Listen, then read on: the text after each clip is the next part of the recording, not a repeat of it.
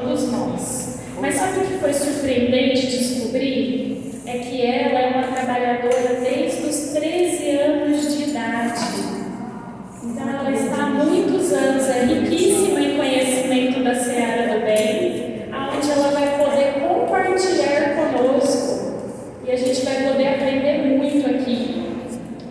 E ela é atuante na Casa Pestalozzi, Luz e Amor, onde é a sede integrante da USE, professora aposentada, e vai trazer para nós uma prática pedagógica. Trazer uma prática pedagógica. Uma salva de palmas para a Marta.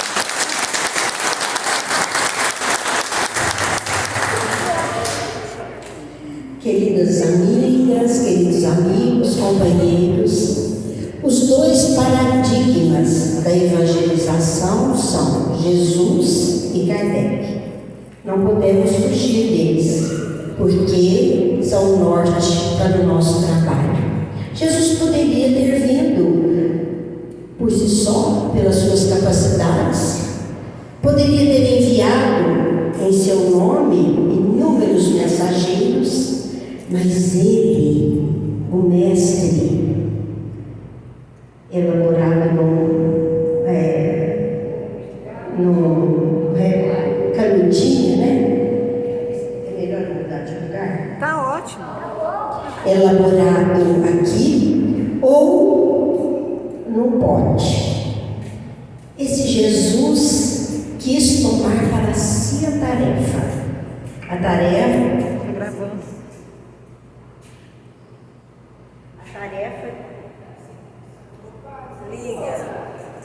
a tarefa de nos ensinar o amor.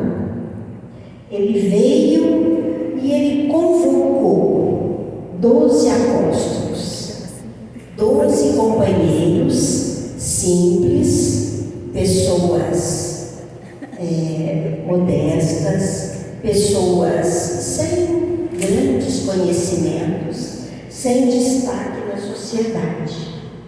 E com eles, ele elaborou um programa de educação. Ele elaborou junto com Felipe, não vou falar todos, né? Com Tiago Maior, Simão Pedro, André. Esse Jesus, a proposta dele era apresentar Deus para nós. E aí você trabalha quem foi Jesus. As crianças podem colocar dentro desse pote o que elas sabem de Jesus, certo? As meninas lá de trás estão sem ver. Você leva o pote e as crianças vão colocar tudo que elas sabem de Jesus aqui dentro. Escrever, se não escreverem ainda, vou falar. E aí você trabalha Jesus, depois você trabalha a escolha dos apóstolos, falando para eles quem foi cada um, o papel de cada um, a importância desse Jesus. Esse Jesus que veio também falar que o nosso coração é o solo representado na parábola do semeador. Eu acho que eu tenho posto, acho que vai lá, moça. Esse Jesus que ele conta, que ele mostra, esse ser que ele mostra na parábola do semeador. Você faz um envelope e conta a parábola. Um dia o semeador saiu a semear. E aí, algumas sementes caíram à beirada do caminho. Gente, é uma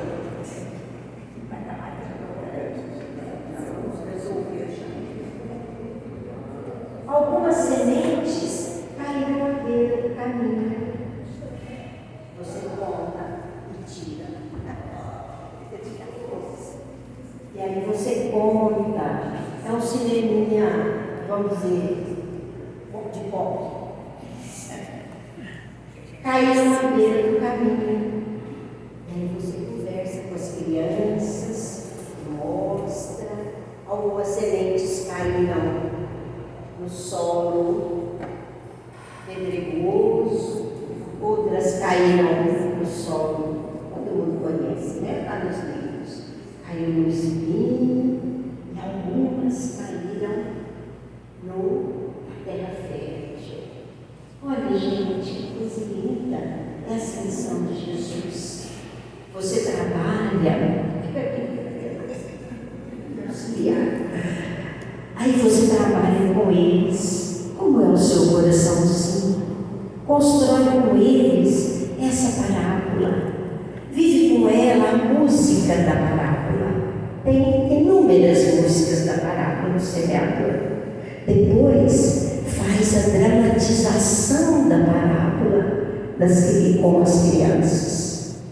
É esse Jesus, gente, que nós temos que mostrar para as crianças. É esse mestre, como ele disse, o mestre bondoso, que se nomeou pastor. O pastor que veio nos dizer que ele é o bom pastor e nós que somos as ovelhas. E aí você conta para eles que chama o narrador, primeiro você conta a história, eles devem estar com o conhecimento da parte teórica, da história. Então o narrador conta: Jesus é o bom pastor. Esse pastor nos ama, ele nos conhece nominalmente. Esse é o nosso mestre, o nosso pastor. E ele tem 100 ovelhas. As ovelhinhas todas. Você pode fazer várias proporções.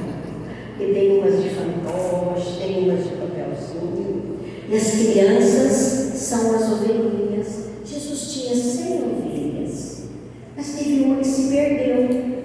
Aí você conta a história da ovelha, você fala para eles entenderem bem, depois dramatiza. O narrador conta, um é Jesus, ou ele segura a figura de Jesus, representando, né?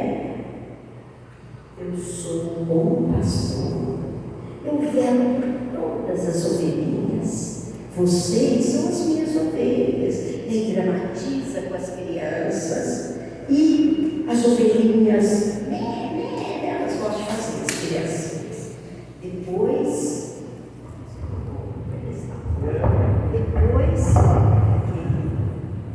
Depois tem uma que se perde, a criança sai, vai para lá, segurando a ovelhinha, representa a ovelhinha.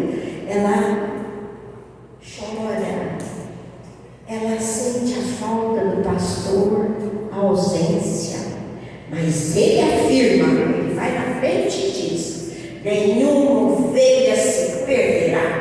Mostra para as crianças, essa ovelhinha eu vou buscá-la. E Jesus sai procurando as montanhas, os vales, e encontra, coloca a ovelhinha no ombro e traz. Gente, quando a gente mostra para essas crianças o carinho de Jesus para conosco e transferimos depois para eles o cuidado que Jesus tem conosco, e mostrar para eles que ainda somos ovelhinhas muito rebeldes, que fugimos de Jesus, que nos afastamos desse mestre, e vamos mostrar esse lado, que a historinha eles fazem, gostam, mas muito importante você trazer esse Jesus para elas sentirem que não podemos afastar de Jesus, que somos somos ovelhas ainda muito rebeldes, que fugimos. É esse Jesus que nos vamos mostrar rebeldes. É esse Jesus que deve ser trabalhado em todos os momentos com o Evangelho, como ele disse, porque o Evangelho são as lições de Jesus, né? É isso, através das suas histórias, das suas vivências, das passagens que Jesus ofereceu a todos nós. Porque ele, a principal tarefa dele foi mostrar Deus. Então eu uso esse caderno aqui, que é o caderno de desenho, que eu trabalho com eles, ponho lá na mesa, certo? Vira um painelzinho. E eu falo de Deus para eles. Quem fez a casa? Quem fez o sapato? Em Franca é bom isso, porque tem muito sapateiro, né? Franca, cidade do calçado. Quem fez o sapato? Depois, quem fez as estrelas? Quem fez o mar, os peixes? E aí eu trabalho a proposta grandiosa de Jesus de nos apresentar Deus. A proposta de Jesus foi mostrar Deus para nós, para fazermos a vontade de Deus. Por isso, um Deus bom, um Deus sábio, um Deus justo, bom, perfeito em todas as suas potencialidades, todos os seus atributos, né? Melhor dizendo. Então, amigos, Jesus é um dos paradigmas da evangelização. Mas Kardec, eu não vou falar tanto de Jesus, que ficou para ela, né? Mas Kardec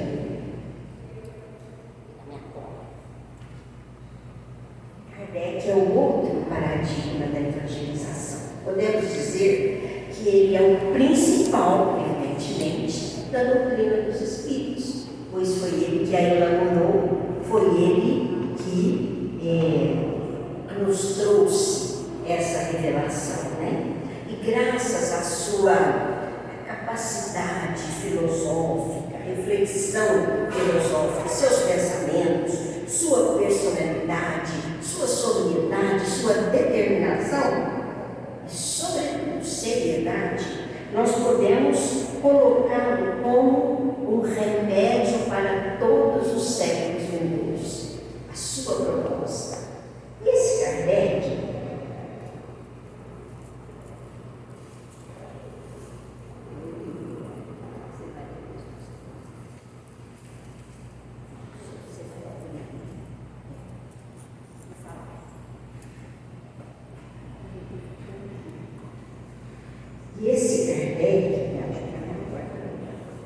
Eni, vem mais. Fica aqui na frente da mesa, por favor. Esse Kardec, gente, que é um antídoto contra o pensamento materialista, um antídoto do pensamento nihilista que existia na época. É ele, esse mestre, vamos dizer, ele vem trazer para nós a chave para as respostas do Espírito, a chave para a compreensão daquilo que, segundo ele, o incomodava. Ele viu naqueles fenômenos, nos fenômenos das mesas girantes, algo que vinha descortinar para a humanidade um novo aspecto. E nós elaboramos esse livro. Esse livro fala da personalidade, da biografia de Kardec. Nós chamamos de livro 3D. Depois, quem se interessar, a gente mostra como faz. É super fácil.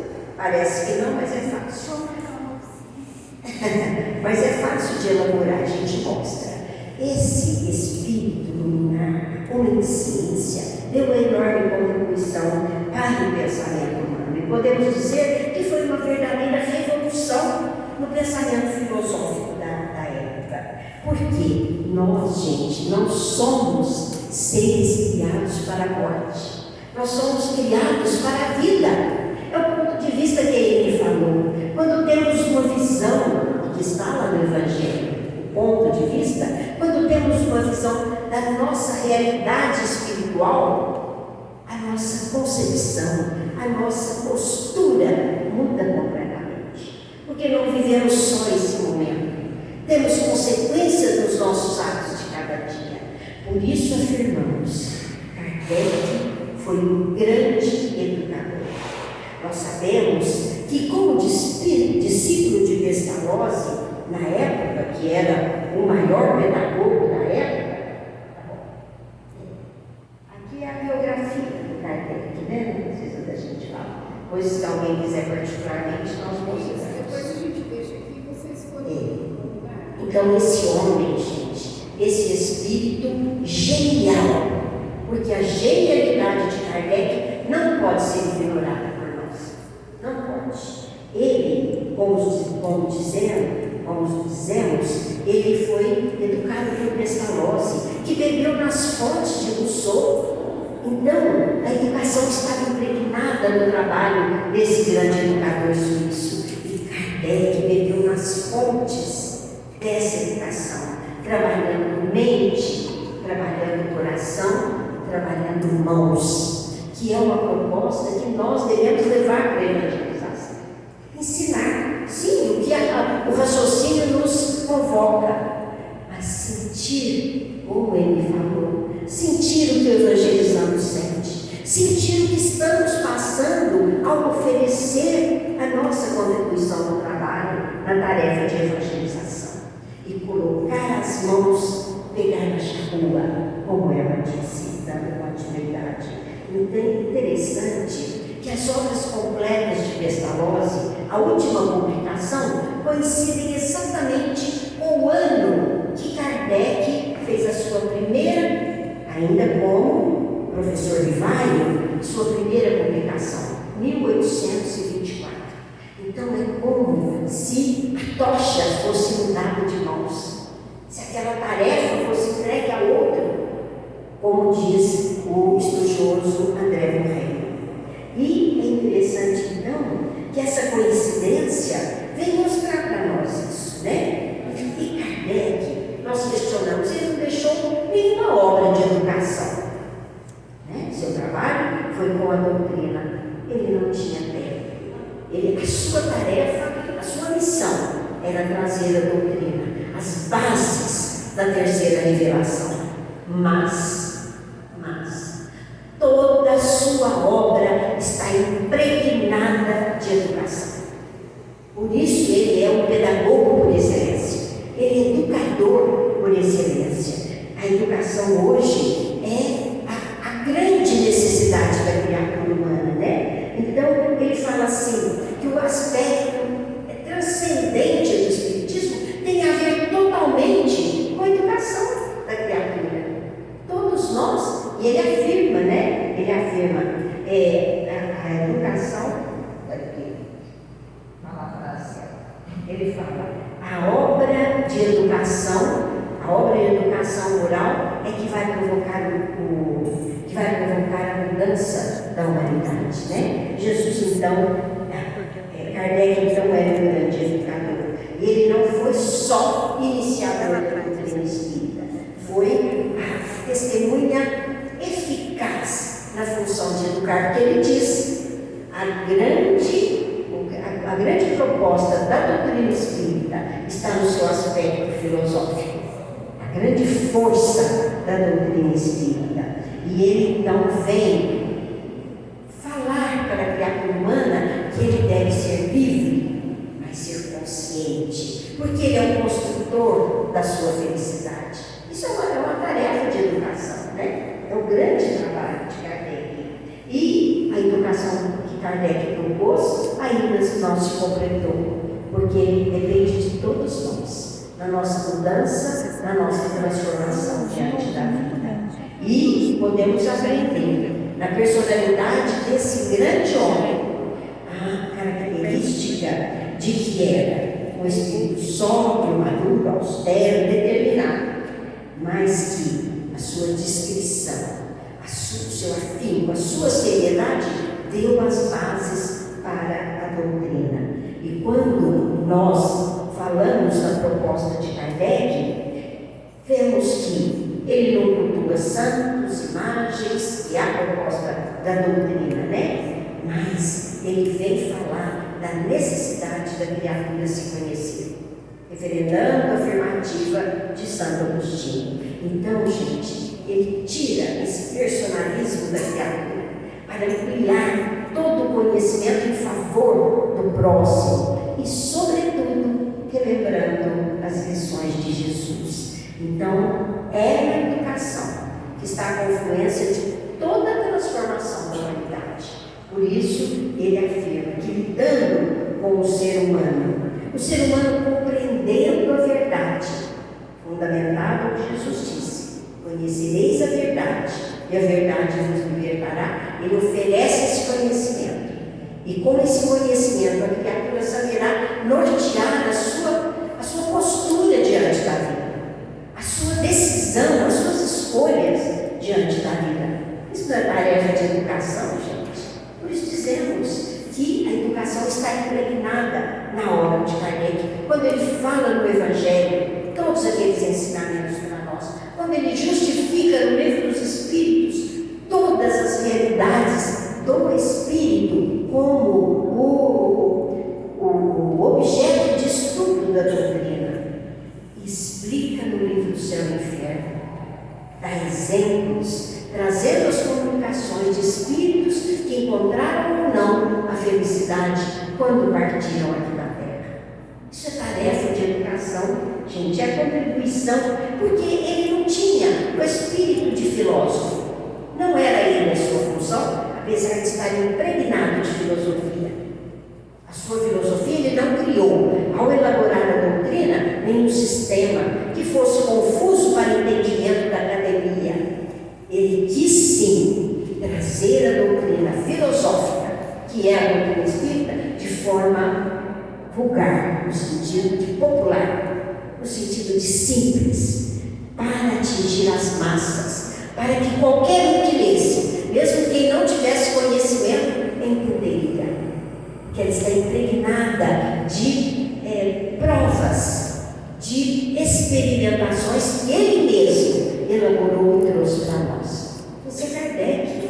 Kardec deve ser o paradigma da nossa educação. Como educador, tinha a acuidade psicológica de quem entende profundamente o espírito humano. E, ao mesmo tempo, ele não perdia, ao ensinar, a conexão prática com a realidade. Era isso que ele queria para nós. E não sistemas filosóficos que talvez caíssem no saber da academia, mas não atingissem os corações, que ele viu naquela proposta a modificação das criaturas para a eternidade. É essa a proposta de Kardec. E ele afirmou que a força do Espiritismo está em sua filosofia. O fenômeno mediúnico, que evidencia a existência do Espírito, veio provar para nós, é o ponto de partida de que somos espíritos, não somos corpos, e a nossa realidade é espiritual e deve ser encarada por nós com consciência, com uma proposta de entendimento dessa realidade, compreendendo essa realidade, né? Então, se a filosofia é a busca de respostas, Kardec nos respondeu tudo. Kardec nos propôs aquilo que nós necessitávamos naquele momento. A humanidade estava preparada para receber o Consolador, como havia prometido por Jesus. Qual a base do programa de Kardec? As obras básicas. Essa é a base do seu programa. E qual o seu método? Questões. A mesma proposta de Sócrates, a mesma proposta de grandes filósofos anteriores, né? Que é o questionamento socrático.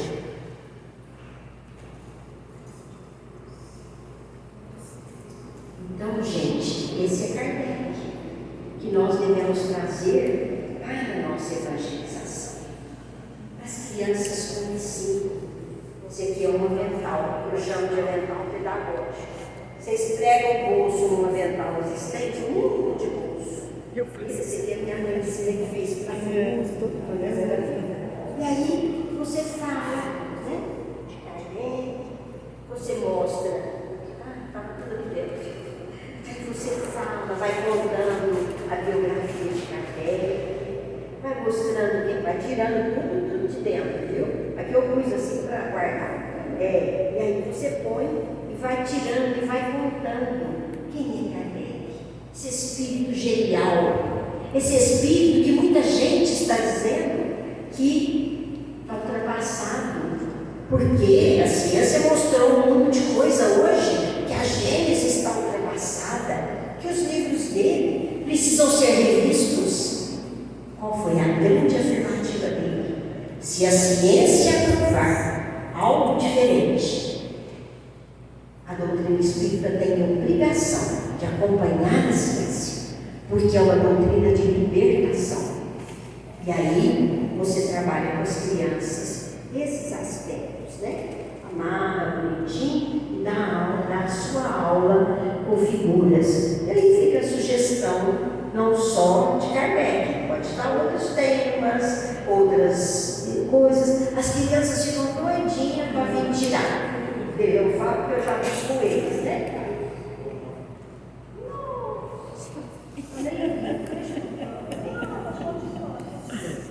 Então, gente, é esse Kardec que nós vamos mostrar. São essas propostas de novidades para as crianças. A gente fala assim, não precisa.